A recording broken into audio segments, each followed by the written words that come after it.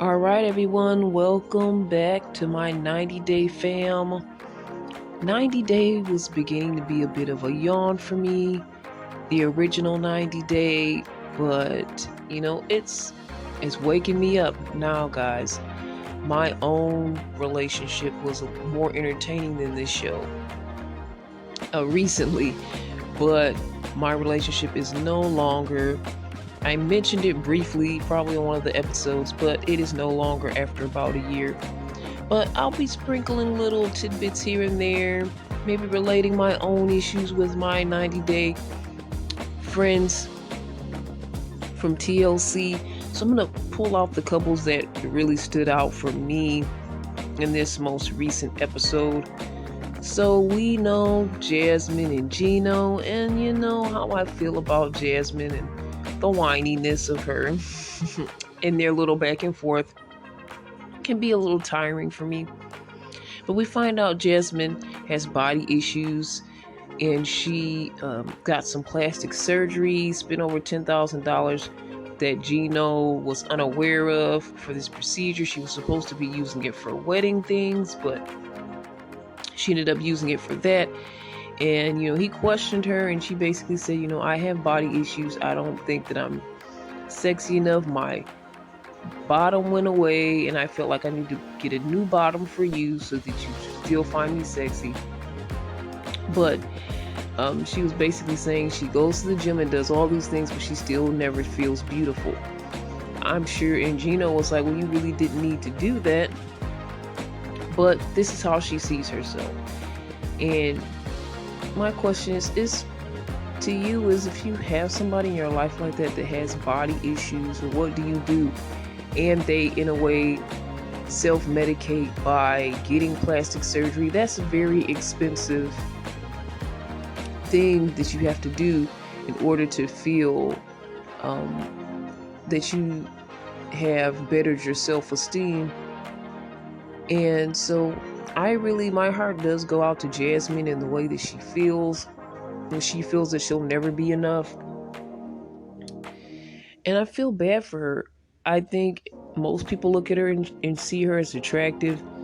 And I do feel like she may be pouring on a little bit too much surgery she doesn't even need. That's true, but with all that surgery, it seems like you would at some point be happy with yourself, but she's not. And it's an expensive thing to keep up to help somebody with their mental health. Honestly, I'm sure she does need to see a counselor or a therapist or something that could kind of help her get over those issues and how she feels about herself. So I wish her the best. I mean, that's probably the only thing you can do is spend that money on counseling versus continuing to try to improve something that in some cases, in some ways, will not be improved upon because you can only get so much surgery. So that's the issue with Jasmine and Gino. Again, my heart goes out to them and prayers up for her. We see a new couple here, Devin and Nick.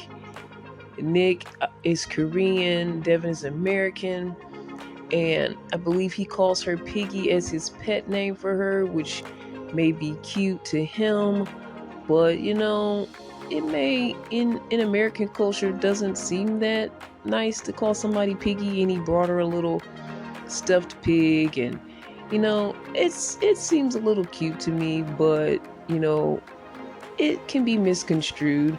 And Devin told him that, in American culture, this might not be so good, but she's getting used to it. And from this backstory, they didn't show their whole backstory, but he hasn't been with anybody for a couple years because he's waiting for Devin to come back and for them to see each other and for her to meet his family. It seems like his family is going to be a very hard sell. In the previews for next time, he said that his family didn't really want him to marry an American person, and it just might be kind of difficult to impress them. And he also said he really couldn't marry someone his parents didn't approve of. So that right there is a bad precursor, because I feel like that's something that you shouldn't set your mind on, even though I understand, because if you have good family members that love you and you respect their opinion, I understand where he's coming from. But there are extenuating circumstances. She's from another culture. You have to think about all those things. I wouldn't just automatically throw someone under the bus if my family didn't approve, which it almost sounds like that's what he's doing. But that was a preview. At the end, we don't fully know, and we just now meeting this new couple, so we'll see how things go. And he said he was waiting for her for 2 years to come back so he could be with her in the bedroom. And me being a person of faith, I believe sex after marriage, not before. But I do want to commend him for waiting for 2 years. Hopefully he really did wait for 2 years, because there are people that can't wait for 2 months or 2 weeks, and they're on to the next person if they can't get what they want to get sexually. So I commend him for waiting for her for that amount of time. And I do hope that they get married and that everything works well and the family approves of her. And so all the best to this new couple, Devin and Nick.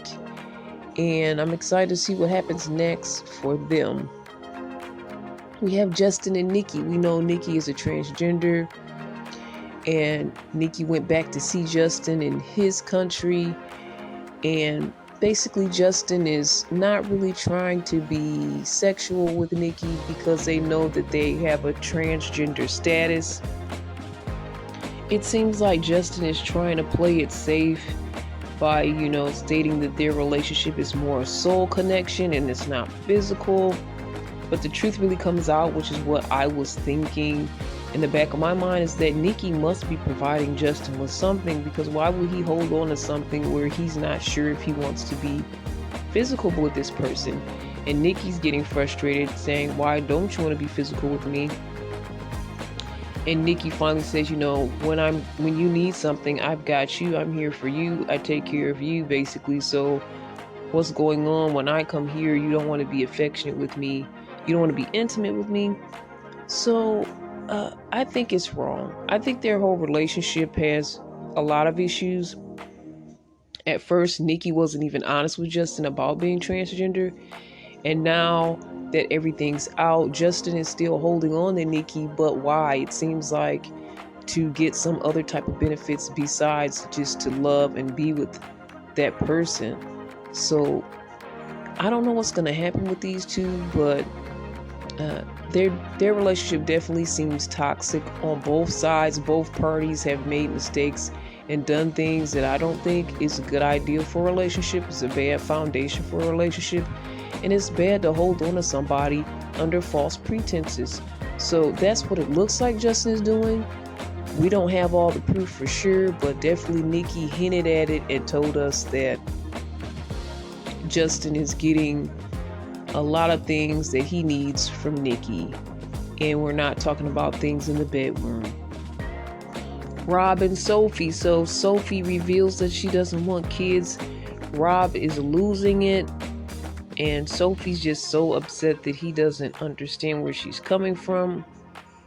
And Rob, I understand if you don't want kids, that's a big deal. And I'm trying to figure out why they didn't talk about this before they wanted to make this leap to marriage. I guess he assumed she wanted kids. She's only 23, he's only 32. They're both young, but you're dealing with a 23-year-old Rob.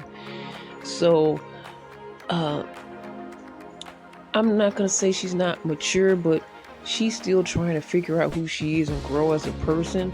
She could change her mind, but at this point she's saying no kids, and he's feeling like he has no future because he's not going to have kids, and he's always imagined that. So a love is not always enough. There are deal breakers, and if no kids is a deal breaker for you, or if having kids is a deal breaker for you, it's something you definitely need to put on the front page. But again, like I'm saying, Sophie's only 23. She's young. She's probably hasn't had much experience with serious relationships at that age. So it's going to be it's going to be tricky to navigate this, but they may be able to work this out, and I hope they can. I hope they can come to some type of compromise. And shout out to his dog Rome, which he walked his dog Rome on the episode. Shout out to him as well. Just wanted to say that. And so I really say that this 90 day is now sparking and heating up. We have new people coming on as well. And with Justin and Nikki, that situation, how people hold on to you and latch on to you and stay with you for reasons outside of loving you. And we know that that's a thing that happens. And I feel like I'm seeing that with their relationship. And I feel like even with my relationship that is now over, there's a reason that people hold on to you. You may not know why. I felt like at first it was a fantasy. It was a dream that we built up together. And it was something, fairy tale like between us. But at some point, the fantasy died for him. And that fantasy was supposed to be my reality. But for him, it may have been something temporary, may have been something where he felt like we were in a love novel, or we were, had our own TV show, because I was watching this other guy. I forgot his name, and maybe I'll put him in the description of this episode, but he was talking about how some men will play a part for you, and they'll be like the Denzel of your story for that moment, and that might excite them. That might be how they go from relationship to relationship. They play a role, they get bored, they want to play a new role. So I feel like on some level, that's what happened to me, and that's what the fix that he may have been getting from me. And everybody's trying to get it fixed from the relationship, but what is that? Now, for me, I wasn't trying to get it fixed. I wanted a lifetime with this person, and I wasn't playing games. And I know that some people can have confusion. They want one thing and they want the next, and they want something else later. But I wasn't the one playing the role, and I wasn't the one attaching myself. In my opinion, if I was attaching myself, it was to have a forever relationship. He was attaching himself for other reasons that I don't fully understand at this point or know. But sometimes, again, like with Justin and Nikki, people attach themselves to you for whatever reason, and hopefully you can figure out that reason before the relationship ends for you and you are taken by surprise, which is what happened in my situation, in my case. And I think some of the red flags were there that I didn't want to see, but some of the things he said were so grand that I really took his word for it, and I believed him, and I trusted this person. So my trust has been shaken a bit, and I see myself in some of these 90-day couples, and I'll talk more about that with some of my other relationships. But yeah, people aren't always in it for love. Love is not enough. Rob and Sophie, of course they love each other, but no kids being a deal breaker. I totally get that people want certain things in a relationship, and if they aren't able to get those things, that they do move on, and it makes a lot of sense. But do so respectfully. Let the other person in on the secret. And we all have reasons for being in relationships beyond just love, and we need to know what those reasons are, and we need to make sure those reasons match up at the end of the day, and they collaborate or complement each other. Otherwise, one person is going to be taken for a ride, and one day they're going to get knocked off the ride by surprise. So that's my takeaways from my own personal life and from our 90-day Fiance universe family. And thank you, family, and all you great 90-day fans for stopping in and checking me out. I really appreciate you watching the channel and chiming in. Love your comments, your thoughts. You can always do so. You can always check me out also on my podcast. Not just here, but you can hear this audio on our podcast, go to our website at cbiztvmedia.com. There you'll find our links to our podcasts. And we're also on Spotify, so please hit us up on Spotify and follow us there. We need you to follow us. We need more followers, and we really appreciate you. Thank you so much for just taking a moment to hop in and stop in. We're going to talk more 90-day faith love trends right here on CBiz Media. This is Irene. All the best. God bless.